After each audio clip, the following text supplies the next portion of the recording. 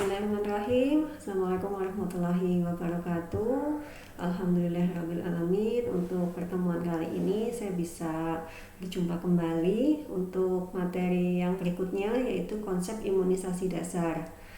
Semoga semua yang sedang menyimak materi ini dalam kondisi sehat sehingga bisa memahami dari penjelasan yang kita diskusikan hari ini. Imunisasi, kita perlu pahami bersama bahwa definisinya adalah pemberian kekebalan pada anak berupa antigen untuk mendapatkan kekebalan adaptif pada anak atau tubuh manusia terhadap agen biologis penyebab penyakit. Nah, antigen sendiri di sini adalah zat sejenis protein yang bila dimasukkan ke dalam tubuh akan menimbulkan reaksi kekebalan dengan pembentukan antibodi. Kemudian penjelasan atau definisi dari vaksin itu berisi virus atau bakteri yang dilemahkan untuk menimbulkan imunitas. Jadi tujuan vaksin atau imunisasi di sini adalah mencegah penyakit dengan cara menimbulkan reaksi imunitas tubuh dan mempersiapkan tubuh untuk melawan serangan infeksi di kemudian hari. Berikut jenis imunisasi dasar yang perlu kita pahami bersama. Yang pertama adalah BCG. Jadi BCG ini adalah vaksin kering yang isinya bakteri hidup dari biakan Bacillus calmette. Kemudian dosis pada bayi kurang dari 1 tahun yaitu 0,05 cc. Kemudian pada bayi lebih dari 1 tahun 0,1 cc. Kemudian sediaannya adalah 1 ampul dilarutkan dengan 4 cc sodium klorid, kemudian bisa diberikan untuk 80 dosis begitu. Kemudian harus dipakai dalam waktu 3 jam, jadi langsung habis. Kemudian cara dan tempat insersi atau injeksi yaitu intrakutan lengan kanan atas di musculus deltoid. Kemudian dengan IC karena sangat superficial ya, dengan diameter lepuhnya yaitu 8-10 mm. Perlu diketahui bahwa BCG ini adalah untuk pemberian kekebalan pada penyakit TBC. Nah, ini adalah bentuk sediaannya yang nanti untuk pertemuan praktek berikutnya akan saya jelaskan lebih lanjut. Oke, kemudian kita lihat untuk reaksi pasca injeksi, yaitu di area lokal atau di area tempat setelah injeksi. Di situ biasanya akan muncul eritema yang timbul dalam waktu 2-6 minggu. Dapat terjadi pustula dan kemudian ulkus, kemudian akan semakin membesar dalam waktu 2-4 bulan. Jika terjadi ulkus, kompres dengan cairan antiseptik. Jika semakin meluas, bawa ke dokter.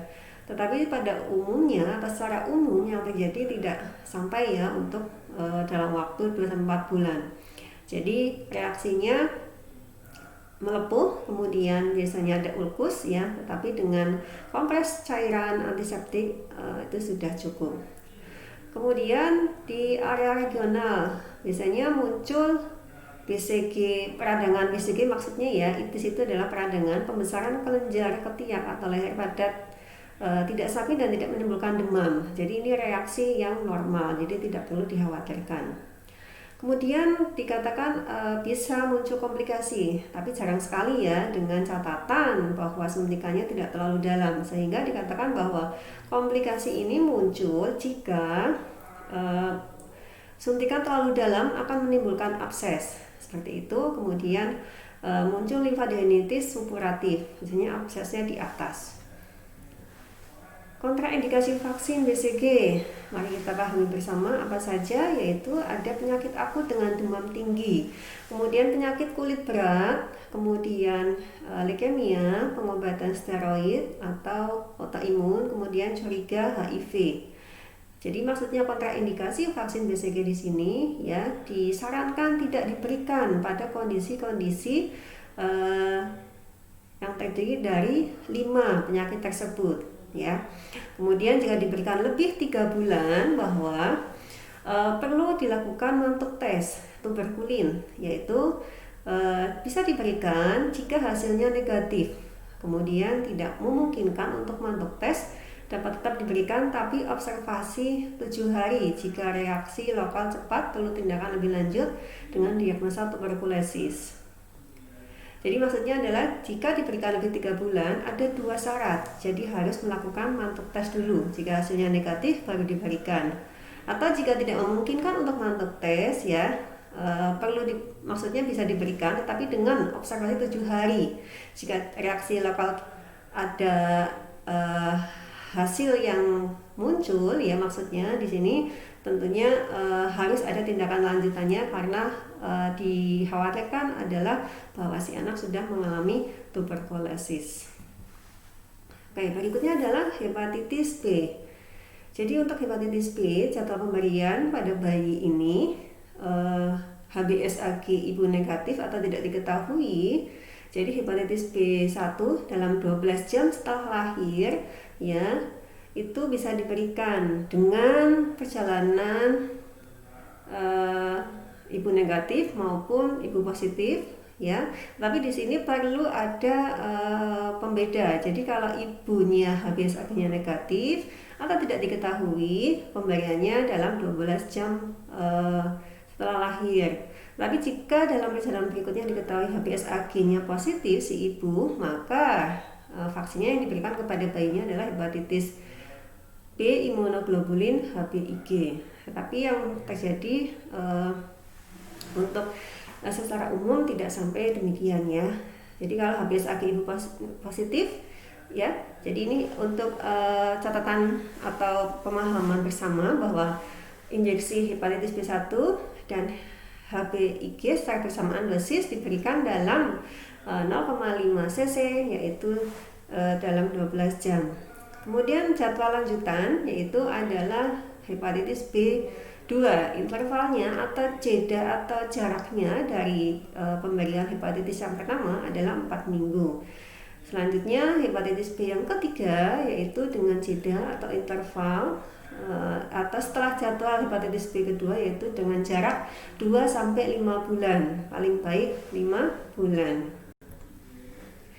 Ya, ini adalah contoh sediaan vaksin hepatitis B ya yang combine dengan DPT atau DTP. Jadi untuk hepatitis B0 atau hepatitis B1 ya biasanya adalah monovalen. Jadi satu sediaan, tidak double seperti ini.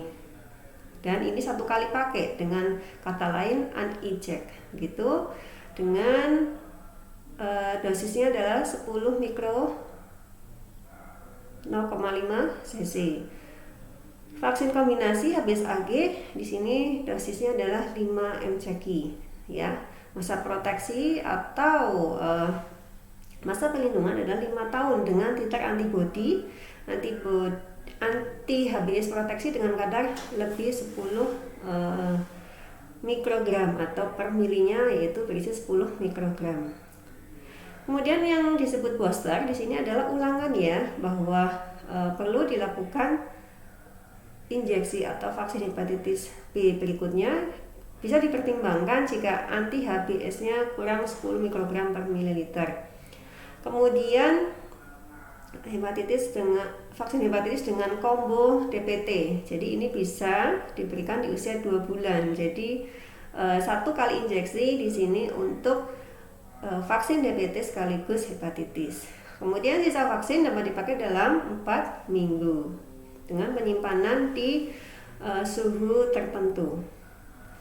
Nah, berikutnya adalah DPT. Jadi DPT ini untuk penyakit difteri, tetanus, pertusis ya.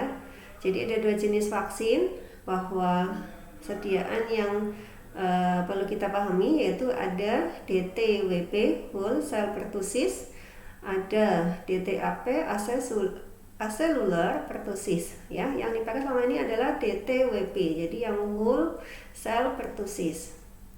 Kapan jadwalnya? Yaitu diberikan 3 kali.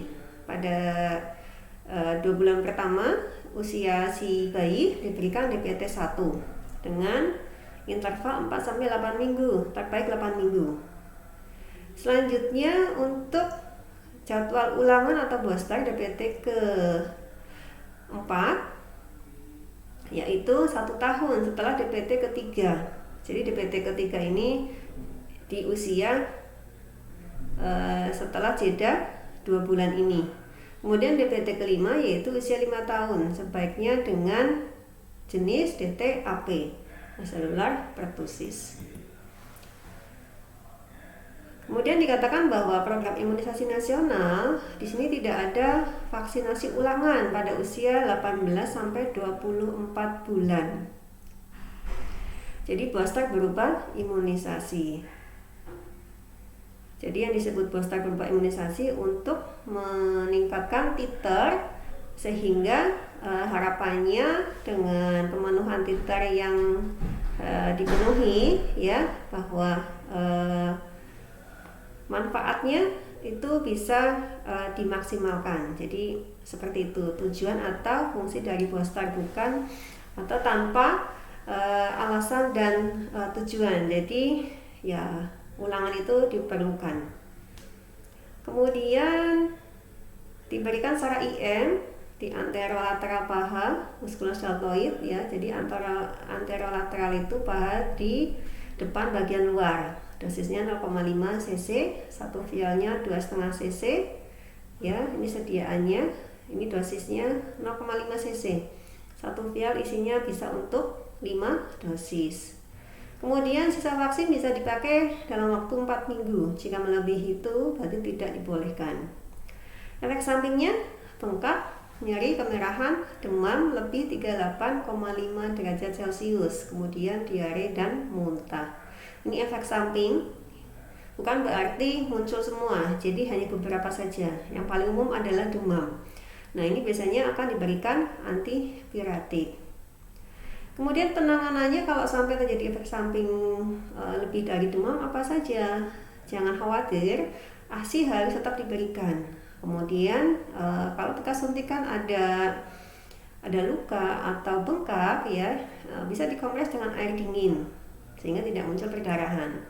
Nah, ini kemudian antiviretik, ya, 15 mg per kilogram berat badan tiap 3-4 jam. Jika perlu dosis maksimal 6 kali dalam 24 jam. Jadi ini jika perlu saja, tetapi secara normalnya, ya, 3-4 jam jedanya.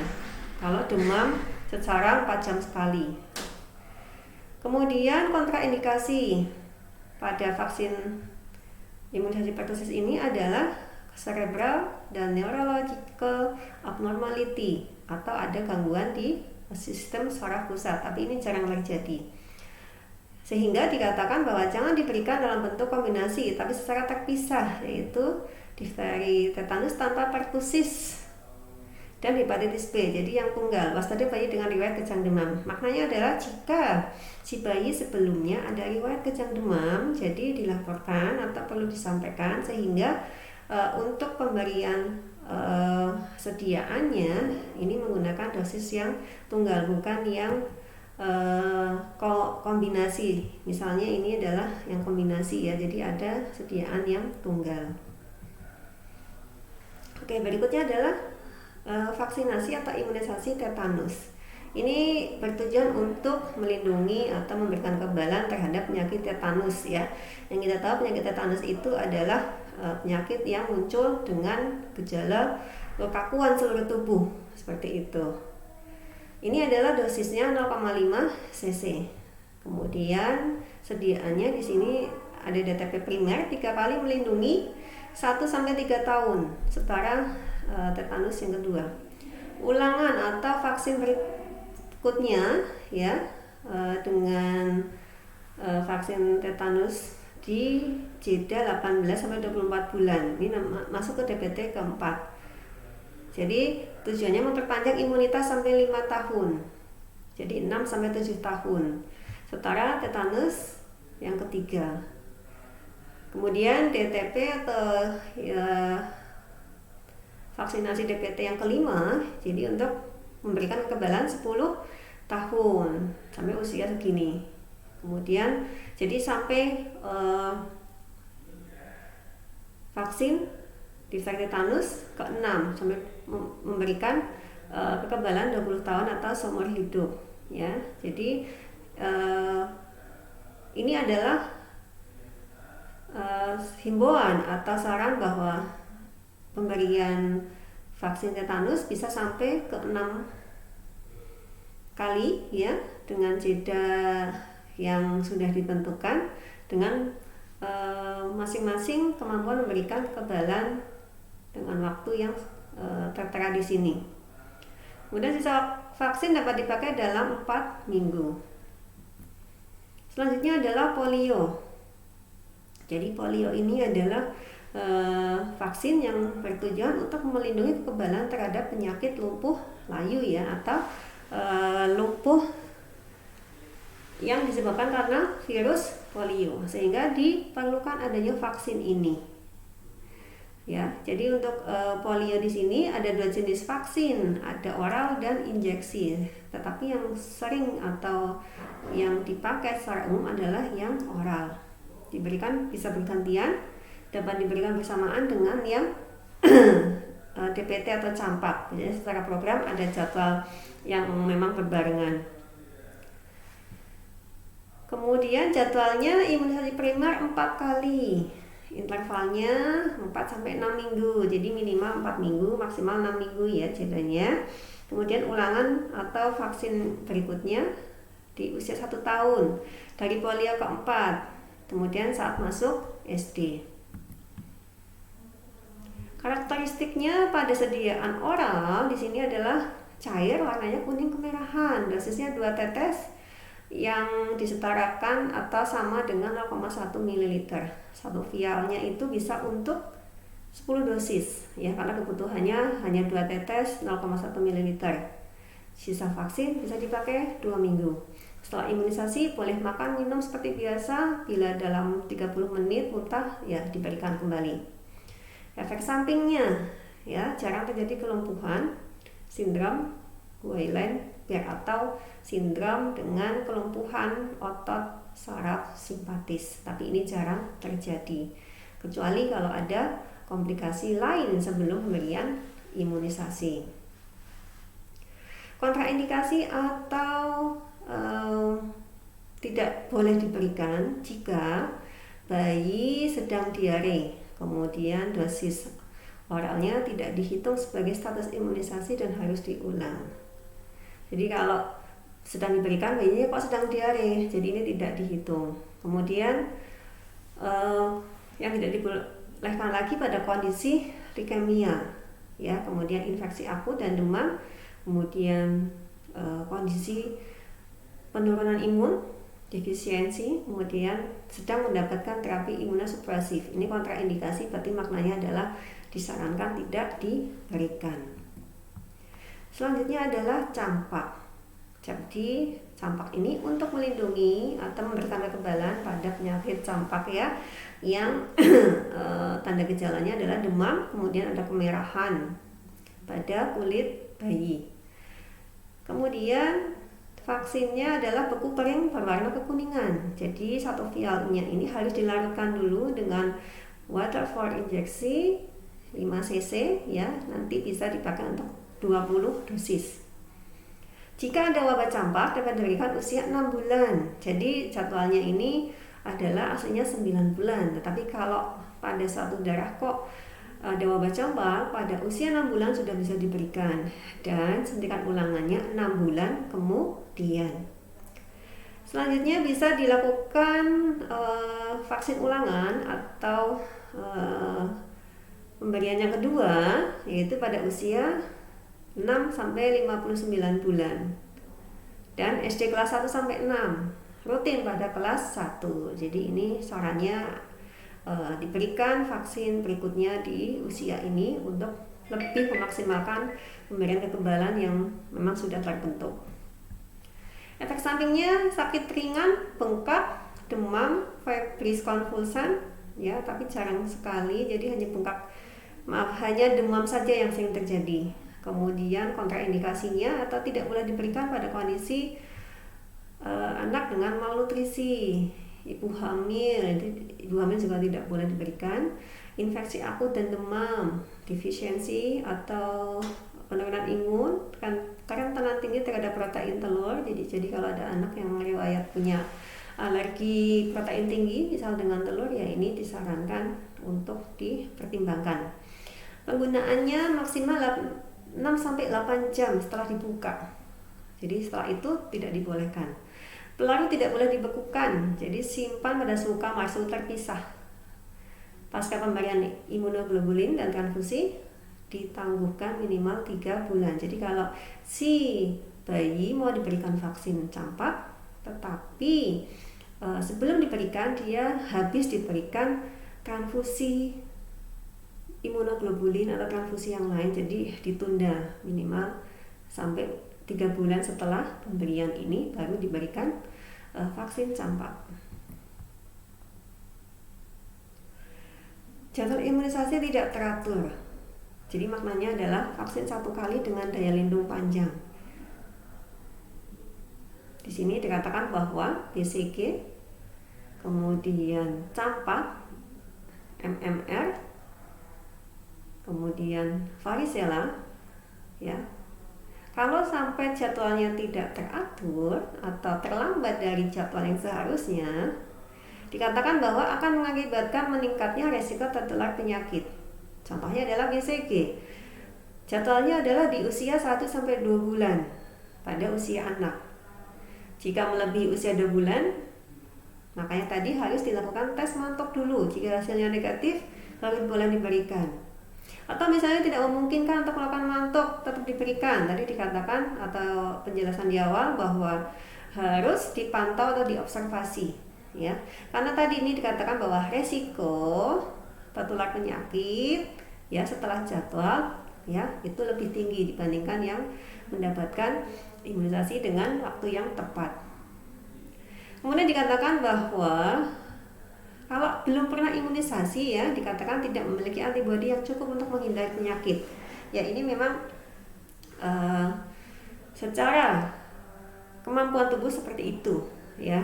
Akan tetapi kalau kita lihat atau kita pahami secara fenomena, ya, mungkin sekarang kita bisa melihat, ya, banyak sekali orang atau masyarakat yang menganut bahwa atau punya persepsi bahwa tidak perlu imunisasi, buktinya anak saya sehat-sehat saja.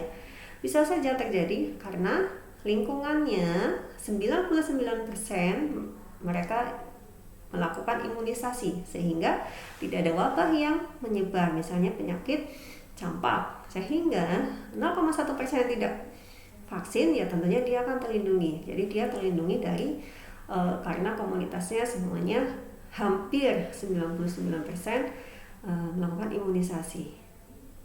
Jadi kalau misalnya dibalik, hanya 1 orang yang vaksin, kemudian misalnya 99% tidak vaksin, nah ini dikatakan bahwa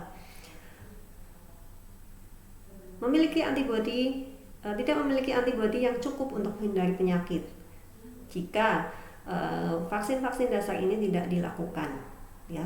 Jadi maknanya seperti itu.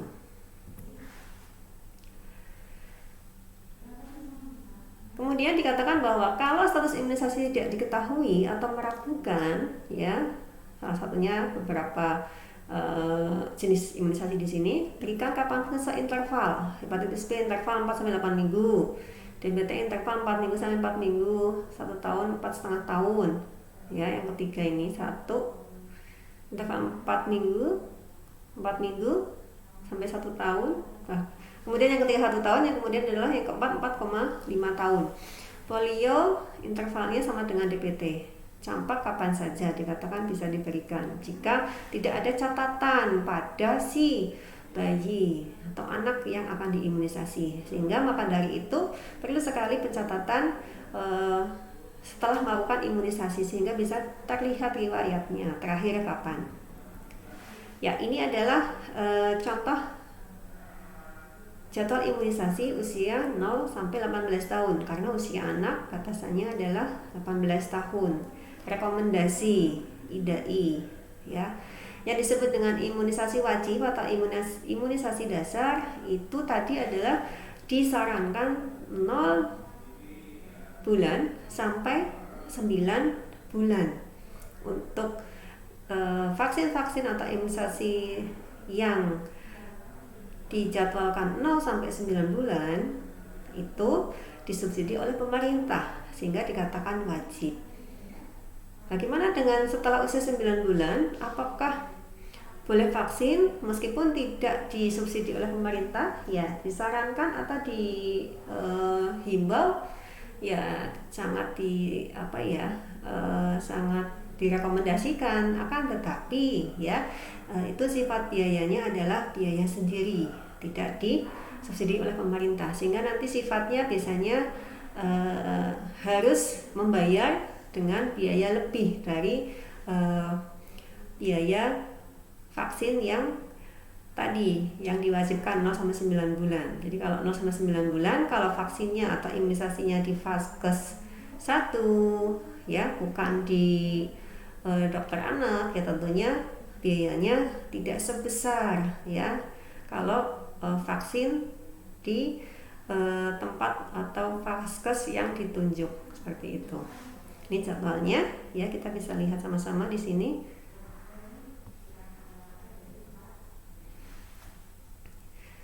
Baik, selanjutnya kita akan diskusi terkait dengan kontroversi tentang imunisasi ya, karena kita bernaungan di Muhammadiyah, jadi terkait dengan kontroversi terkait imunisasi yang sejauh ini ya sering menimbulkan polemik ya, perlu kita bahas di sini.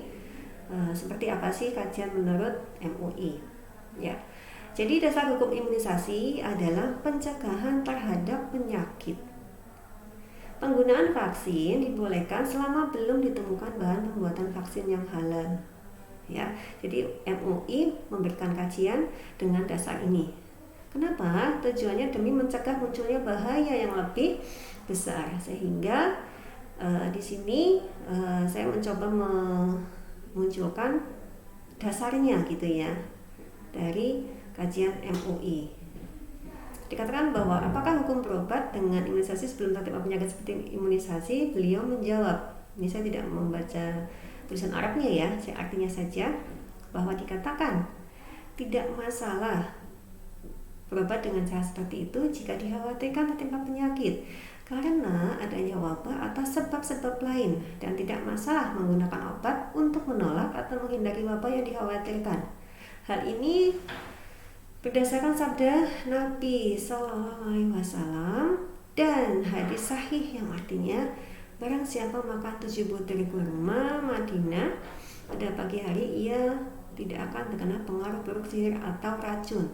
Ini termasuk tindakan menghindari penyakit sebelum terjadi. Demikian juga jika dikhawatirkan timbulnya suatu penyakit dan dilakukan imunisasi untuk melawan penyakit yang muncul di suatu tempat atau di mana saja, itu tidak masalah, karena hal itu membuat tindakan pencegahan. Sebagaimana penyakit yang datang diobati, demikian juga penyakit yang dikhawatirkan kemunculannya. Maknanya adalah kalau kita simpulkan ya, kita punya kewajiban mencegah munculnya bahaya yang lebih besar, sehingga penggunaan vaksin dibolehkan. Berikutnya, imunisasi menurut kajian MUI, kewajiban taat terhadap pemerintah. Ya, kaitannya di sini adalah kita tahu bahwa pemerintah kita di negara Indonesia mewajibkan ya untuk atau menyarankan untuk memberikan vaksin pada usia 0 bulan sampai 9 bulan ya. Wajib bukan berarti pemaksaan, tetap ada informed consent ya, tetapi secara instruksi atau himbauan ya, pemerintah sangat mengharapkan bahwa anak-anak di usia 0 bulan sampai 9 bulan diberikan vaksin wajib tadi ya dengan tujuan untuk melindungi dari wabah penyakit yang di Indonesia itu, penyakit-penyakit yang tadi kita diskusikan ya, itu masih sangat banyak sekali kalau sampai imunisasi tidak diberikan. Dan penyakit-penyakit itu ya tadi yang harus diberikan vaksin sangat mematikan dan sangat menurunkan kualitas hidup si anak kalau sampai terjadi terjangkit penyakit tadi karena tidak imunisasi. Jadi sebenarnya vaksin itu bukan untuk menolak penyakit, tetapi untuk melindungi tubuh supaya tidak terjadi sakit yang lebih parah atau sampai terjadi komplikasi, bahkan kematian, itu maksudnya. Jadi misalnya nih BCG ya, BCG itu untuk melindungi penyakit TBC. Bukan berarti penyakit TBC tidak akan masuk ke tubuh kita kalau kita sudah mendapatkan vaksin BCG. Bukan seperti itu. Bisa masuk, tetapi untuk komplikasi lebih jauh terkait dengan penyakit TBC itu bisa dihindari kalau kita sudah mendapatkan vaksin BCG. Kita tahu TBC ada di paru ya, yang diserang. Nah, komplikasinya adalah kalau TBC adalah di otak, tulang. Nah, itu yang dihindari. Maksudnya seperti itu. Ya, saya melanjutkan untuk kajian menurut MUI imunisasi ini ya, berkaitan dengan program wajib. Ya, tentunya ini juga diperintahkan oleh Allah bahwa taatlah kamu, hai orang-orang yang beriman, taatlah Allah dan taatilah Rasul dan ulil amri. Jadi pemerintah itu ulil amri atau pemimpin negara itu adalah ulil amri yang perlu kita ikuti dari instruksi-instruksi yang ada. Ya, di sini jelas dari surat An-Nisa ayat 59. Kita wajib taat kepada pemerintah, baik dalam hal yang sesuai dengan syariat maupun yang mubah.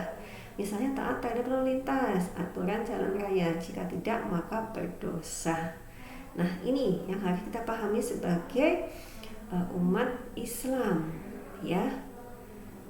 Lagi yang perlu kita pahami, kita cermati bersama, mendengar dan taatlah kalian kepada pemerintah kalian, kecuali bila kalian melihat kekafiran yang nyata, dan kalian memiliki buktinya di hadapan Allah. Nah, dikatakan bahwa kita boleh tidak taat jika melihat kekafiran, tapi terkait dengan kewajiban imunisasi untuk melindungi kita dari serangan penyakit, ya, itu sesuatu yang perlu diikuti.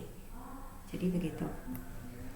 Sehingga hukum imunisasi di sini dikatakan bahwa hukum berobat dengan sesuatu yang haram, hukum asalnya haram, tetapi boleh dalam kondisi darurat. Bukan berarti kita menutup mata ya, atau sengaja memasukkan hal yang haram, bukan seperti itu maknanya. Ya, jadi dikatakan bahwa sesungguhnya Allah telah menjelaskan kepada kamu apa yang diharamkannya atasmu, kecuali apa yang terpaksa kamu memakannya. Nah, ini kata-kata kecuali apa yang terpaksa kamu memakannya.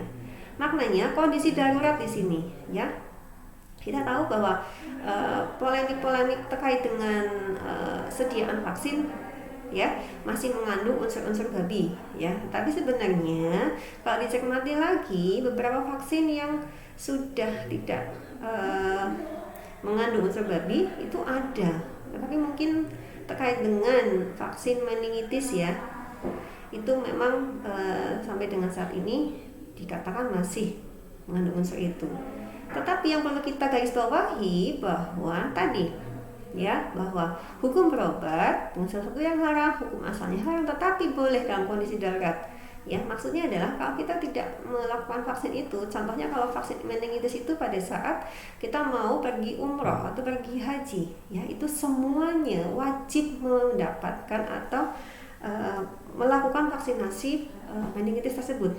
Kenapa? Karena kalau tidak, ya, berisiko sekali terkena, kemudian nanti membawa wabah ke negara asal. Nah, itu yang sangat tidak dibolehkan, dihindari. Sehingga dikatakan bahwa kondisi darurat apabila penyakit obatnya memenuhi kriteria, ya, penyakit tersebut harus diobati. Yakin bahwa obat ini bisa mencegah dan mengobati penyakit tersebut, tidak ada pengganti lainnya yang mubah. Nah, ini dikatakan kalau belum ditemukan pengganti yang memang dikatakan tidak haram, ya, masih dibolehkan, ya. Sepanjang itu sedang diusahakan untuk mencari alternatif supaya tidak ada unsur haramnya. Jadi tentunya maknanya adalah manusia tetap diminta untuk selalu berikhtiar sehingga bisa memberikan atau menciptakan sesuatu perlindungan seperti vaksin di sini, ya, khususnya tidak mengandung unsur babi, ya tentunya kan tidak bisa dalam waktu yang singkat. Jadi secara istihad itu diperlukan dalam hukum Islam. Dikatakan lagi adalah mengambil hukum yang ringan mudaratnya, berlandaskan kaidah fikih. Jika ada dua mudarat bahaya saling berhadapan, maka diambil yang paling ringan. Ya, maknanya adalah ya karena belum ada pilihan yang lain.